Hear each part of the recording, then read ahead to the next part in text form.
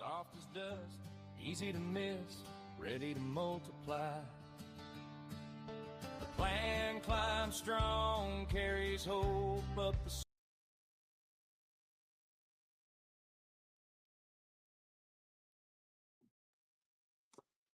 All right. Hello, everyone.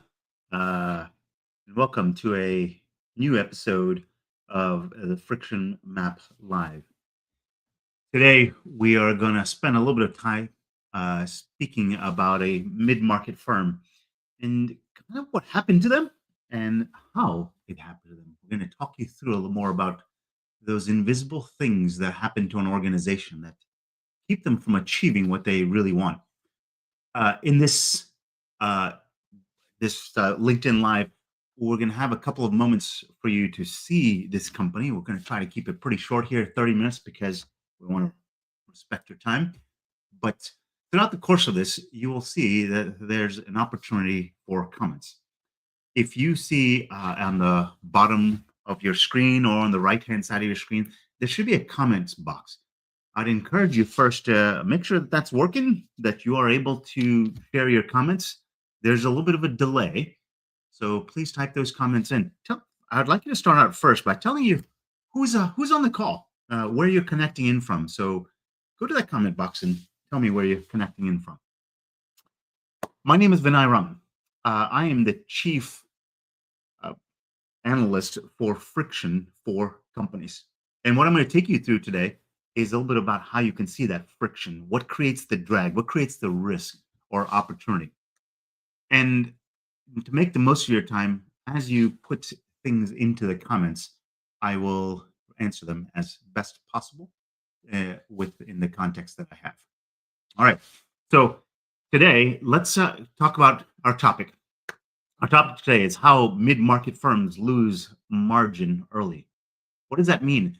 That there are organizations that have planned to hit certain margin targets for their organization, but despite the best planning, invisible forces, invisible factors that you can't necessarily see on a spreadsheet are actually showing up and sabotaging your ability to get to the margin that you want as an organization.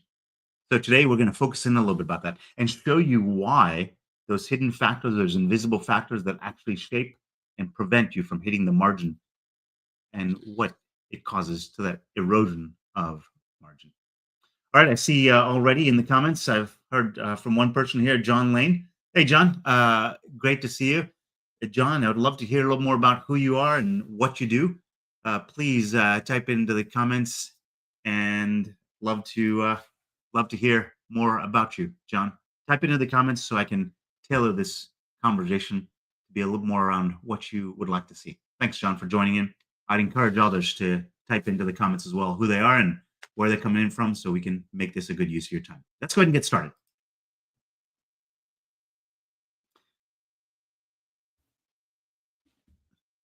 First of all, I'm going to start out just to give you a little bit of background about me, just so you know who I am. I'm going to start out with this idea of friction. My work has always been about decoding the complexity of organizations into signals that leaders can act on. My background is in machine learning, artificial intelligence, business intelligence. I have been seeing data, metrics, and numbers for the last 25 plus years in Fortune 1, which is the Department of Defense and Homeland Security, and some incredibly massive organizations, some Fortune 100, Fortune 500 companies, as well as startups. And the thing that is clear amongst all these things is that it's not about opinions. It's not necessarily about sentiment.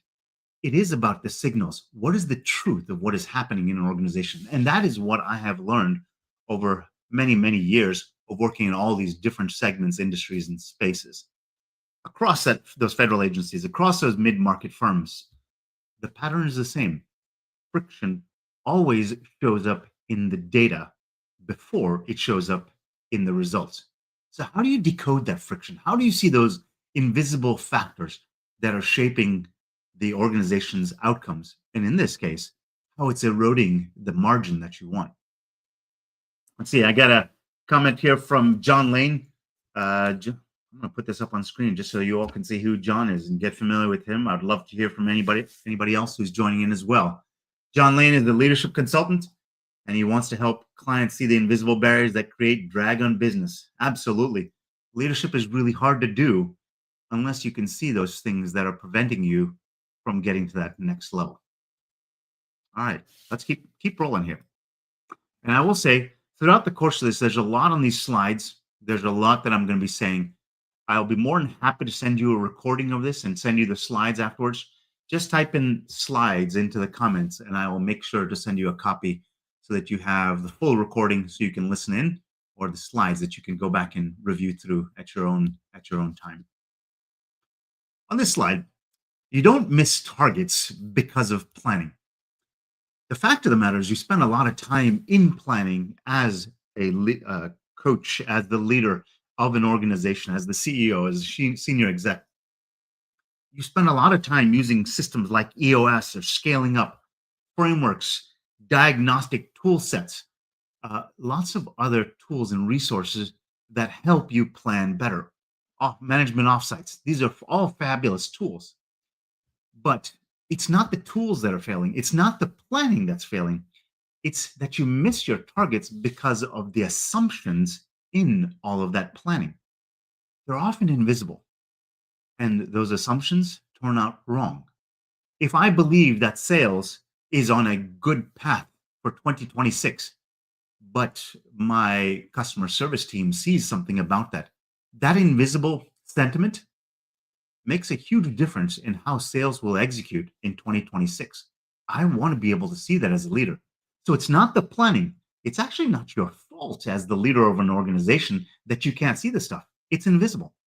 And friction hides inside of those assumptions. The friction that every organization will see is because of the quality of those assumptions that you make. So it's not about the planning. Throughout the course of this, I would love to hear your thoughts. Friction hides inside of those assumptions. How does that resonate with you? And what does that mean to you? I'd love to hear. Here's a fact. Mid-market firms often rely on dashboards that report too late. You can't report on sales metrics, on customer service metrics, on your P&L or your balance sheet until after the event has occurred.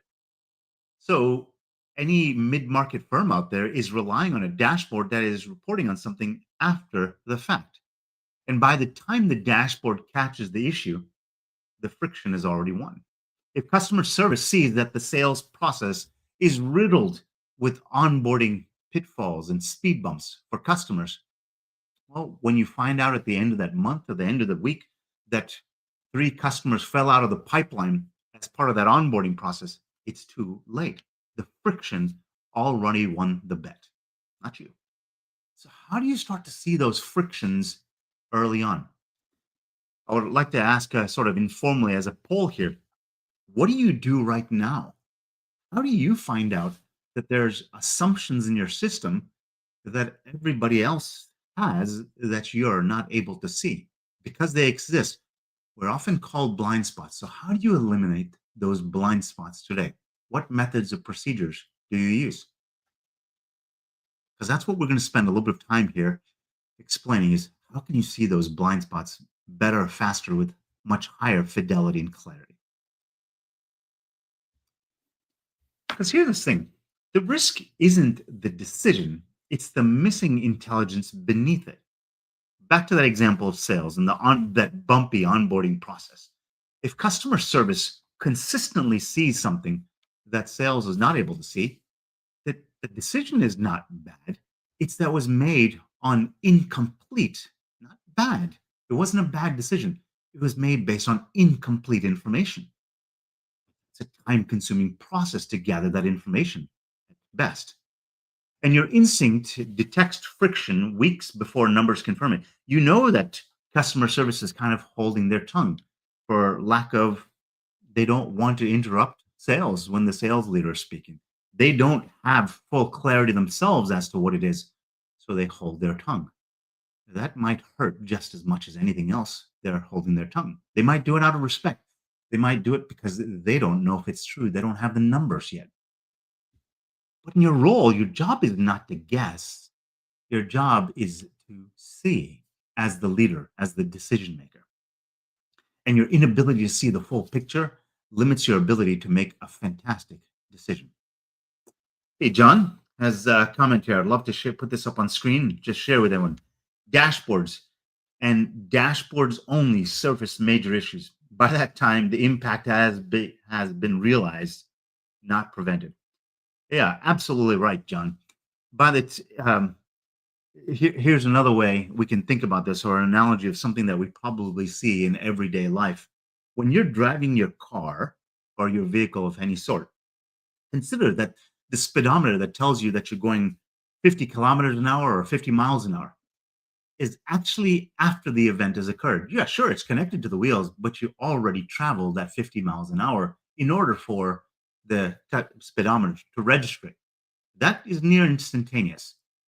But is the dashboards that you use, the business intelligence in your organization, as instantaneous as that speedometer in your vehicle? Because if it's not, that lag time is when the friction is winning. Because if you start to see that as you're driving away from your house, you're pressing the accelerator 50% of the way, but you're only achieving some component of what your speed is, that is enough feedback for you to start to say, oh, I left the handbrake on.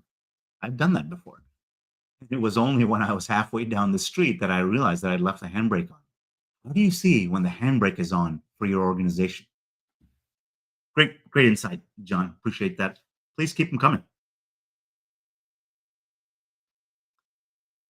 So here's a key point I want to make for you, right? When each leader carries a different mental model, when they've got a different idea of what's happening in the execution, excuse me, in the organization, the execution drifts quietly.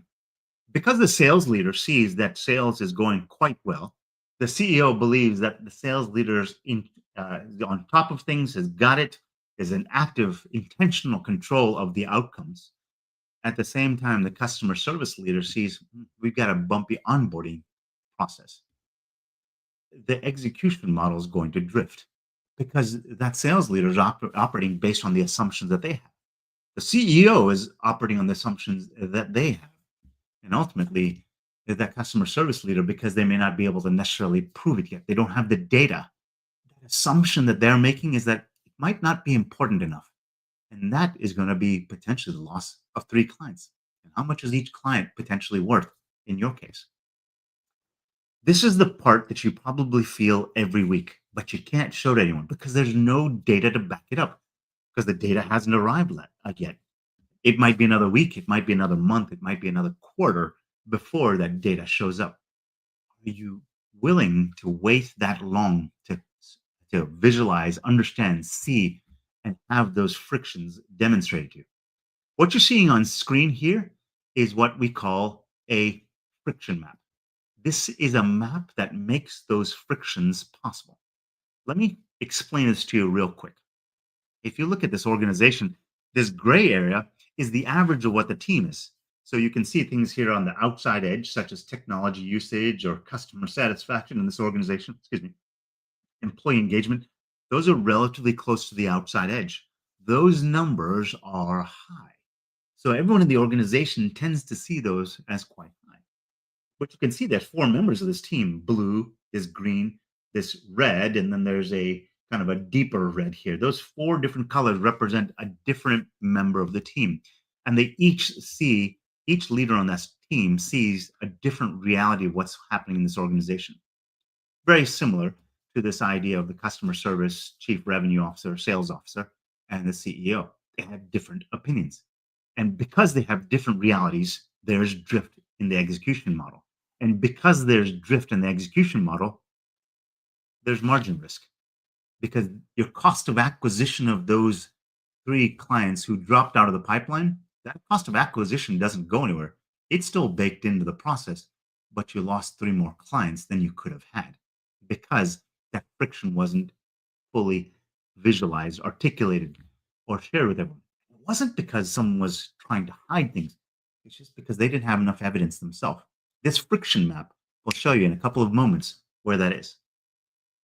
So I want to pause for a moment here and ask everyone, how do you see What are the frictions in the system that you have today? More importantly, on a weekly basis, you're doing your senior leadership calls, you're having conversations with people on your senior leadership team. How do you make sure that you are able to surface the assumptions that they're making that are significantly different from what you have? Because that is all the friction in the system that is going to lead to execution drift. Please type that into the comments. Love to hear what you have to say and what you see. And if there's any particular points that are resonating with you, share them in the chat. I'd like to hear and see what is making and resonating with you most. So we're going to talk about an anonymized company. You just saw that friction map for that company and their senior leadership team, in this case of four, in their four CXOs. And this firm right here, this anonymized company, it's a real company that we took off the real names, and they look like most mid-market firms. They've got strong people. They've got strong numbers as an organization, but each of them has invisible execution drag that's lying in wait underneath. It's invisible, it's hidden, it can't be seen. It's because of those assumptions. So you might have some similarities with this organization, some slight differences. But the fact is, this is a strong company. They're doing well. It's a $15 million company. This is nothing to sneeze at. They're doing quite well. They spend time doing leadership coaching. They spend time doing their executive offsites on a quarterly basis, on an annual basis. They bring in outside counsel on from fractionals or talent and expertise to be able to do this. But still, assumptions exist, and that is what is causing the drag. It is the handbrake that is still on. Here's what that friction map reveals. Do teams align on their goals? Do they diverge on their assumptions? Because different assumptions lead to different modes of execution. And different modes of execution, different execution methodologies, belief systems lead to different results. Because that customer service manager might believe that, hey, we actually have a problem here, and maybe that's customer service's fault. But they can't set proper expectations if that's done further upstream in the sales and marketing process. Let's take a look at this friction map here and look at it in real time. So in this organization, we see that brand reputation for this team is relatively low. We have one team member that believes it's actually a pretty good score. Looks like about a 9 out of 10. But we have other members who believe the average of the team is around a 6. We have two fours, and then we have a 3. So 3 out of the 4 believe that brand reputation is not so good and not such great standing. 1 believes it's fantastic. They all tend to agree that market position is a relatively low score because the average here is a 5.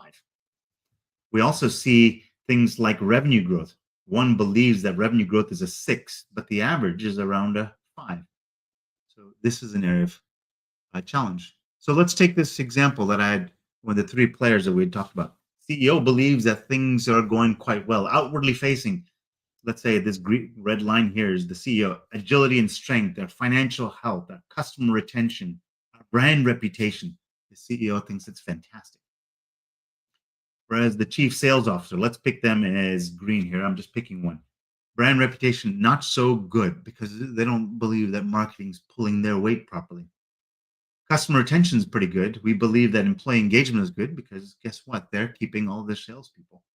Innovation pace, financial health, look good. They believe communication flow. They don't believe their market position is so strong. They don't believe that their market expansion is so strong. Can you start to see here? I'm kind of curious what goes through your mind as you look at this organization. You see how there's areas of tension within this team. How long did that process take you? Probably all of about 30, 60, maybe 90 seconds to be able to look at this map and see how this team diverges on what they believe. Because look, misalignment in even 2 of these functions increases execution risk probability by more than 25%. You're willing to leave that to chance is the way I always think about it. This map here, this friction map, shows where that risk concentrates. I would look first at these areas that are closest to the center: revenue growth, brand reputation, and market position. That's where everyone's organization believes there is risk already.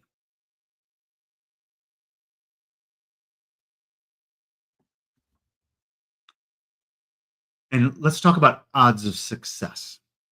Once you see this map, it starts to tell you, it starts to read the tea leaves for you, if you will, as to what your odds of success in achieving your goals are.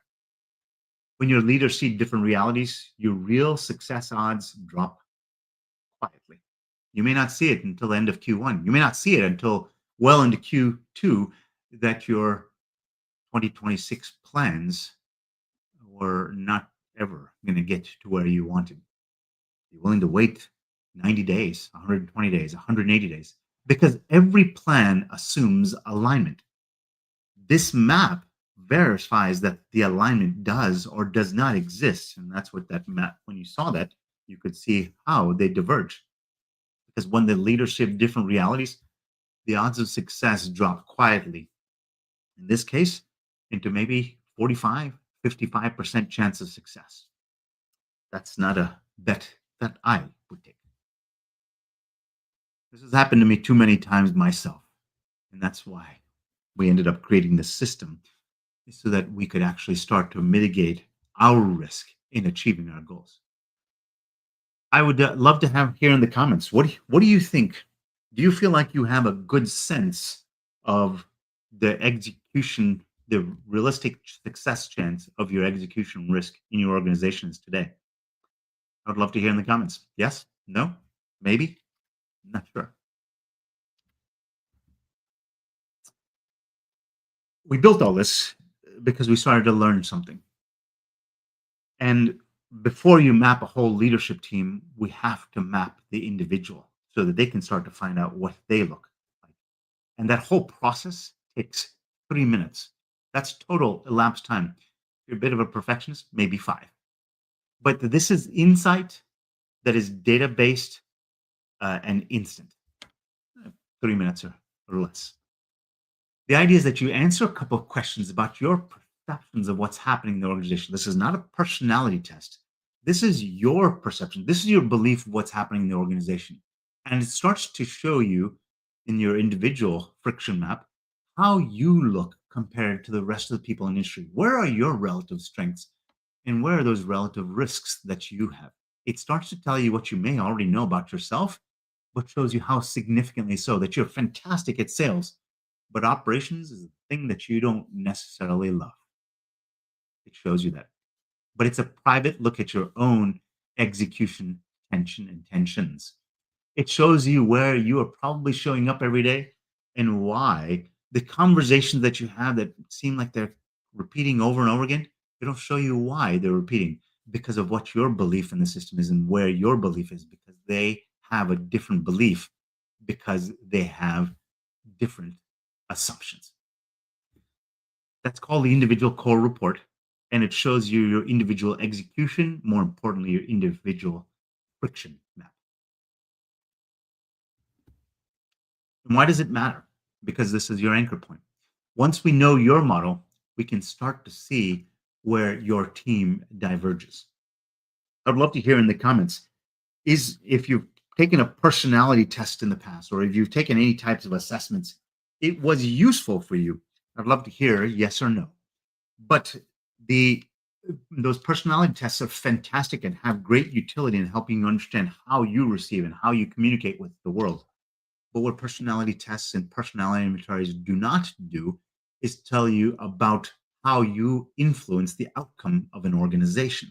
And that's what this will do. We call that organizational physics. This friction map becomes your anchor point for that single point in time. Because once we know that model, we can start to see how you influence the organization, where you have strength in pulling them forward, and where you have some areas where others you've probably naturally already delegated to, and how that's going to help you by understanding that. Because that leads to the next motion of being able to map your whole team. So let me tell you where you are, just in this sort of roadmap in this journey of understanding yourself and your organization, if interesting. You take this individual core diagnostic, which I'm going to give you the link to in just a couple of moments here so you can take it. It's very quick, it's easy. It takes that 3 minutes. This is free. You'll get a PDF in your inbox probably within 10 to 15 minutes after you've taken that 3 minute uh, um, assessment. And then you'll get that individual friction map. And that's where we are right now, is what I call that little gray dotted box. You take that individual core, and then you'll start to see this individual friction map. John Lane has shared something here. I want to make sure I bring that in.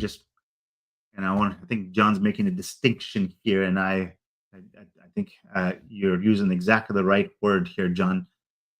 Personality assessment, not a test. That is correct. You can't pass or fail a personality assessment. This is just about where you are. It's not a test that you can fail or get an A+ on. Tests have right or wrong answers. That's absolutely right. This is about an organizational alignment assessment. So very good. And personality assessments are fantastic complements to what we do. It is additive. It's empowering, not a replacement for. There's still huge value there. So once you take this individual core, you'll get your own map, and it will send you a report that shows you what are the next steps in inviting your whole team to take that same diagnostic to find out where the friction is. And here's why your leadership team must do the core right after you. Because while you might feel aligned, as you saw earlier here, that level of alignment and how much difference there is in your alignment has everything to do with how much execution risk and execution drift there could be. Because leadership teams almost always carry different assumptions. What you saw, that radar graph that I have on screen here, this is not atypical in terms of how teams see things differently. There are some areas of cohesion, there's areas of great divergence. And the only way to see it without blaming is to map it. You notice here that it just shows that there are members of the team. It does not actually call individuals out.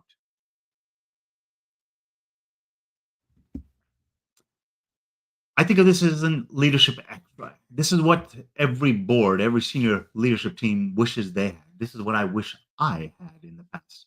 It's a quantified view of execution risk. It's not culture. It's not personality. It's execution. Because alignment isn't emotional, it's structural. And you've built too much to lead with blind spots. And this is the opportunity to see what those blind spots are in about 3 minutes. And this map shows what those real odds are. It's personal, it's private, and it comes to you. So you can inspect it and understand and decide whether it's worth finding how much more alignment or friction there may be in your system. So if you take it today, I will invite you to an event where I'll walk you through your map. I'll do it with you personally, or I'll personally show you how to do it. I won't share your map because that is your information, but I'll show you how to start to read it, and I can answer questions about it. So how you can unlock that next stage of capability, of possibility in your organization. So remember, 3 minutes, your map. Tuesday, you get your readout. There's no obligation, just your data. That information will not be for use for any other purpose other than to just share with you what we have seen based on 5,800 leaders who have also taken this as well. So I want to pause for a couple moments here and ask for any questions if anybody would like. I will stay on the chat. I will take myself off video, but you're welcome to scan this QR code with your phone or your computer, whatever the case may be, or it can go to carmo.net/friction live. Carmo.net/friction live, and you'll get access to the 3-minute core diagnostic, which will immediately, in about 10 to 15 minutes, send you the friction map on your individual level, which allows you to understand where what your friction map looks like. And we'll get you invited into a Tuesday event where we will walk you through how to read this in more detail and what you can start to take. Just think, you've built a strong company. Your stage requires stronger clarity. You don't need more effort. You just need a clearer picture. So before the year turns, turn that clarity into an advantage. And here's your opportunity to do so. I'll leave this on screen. Thank you so much. Happy holidays to you, and best of luck. Be more than happy to answer any questions or comments that come in after the episode. Look forward to chatting with you and seeing if we can help you become more successful leading into 2026 and beyond.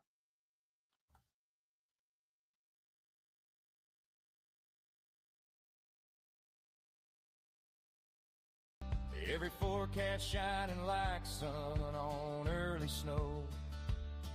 But the valley hits hard when alignment slips. Small steps drifting, turning into miles you didn't choose.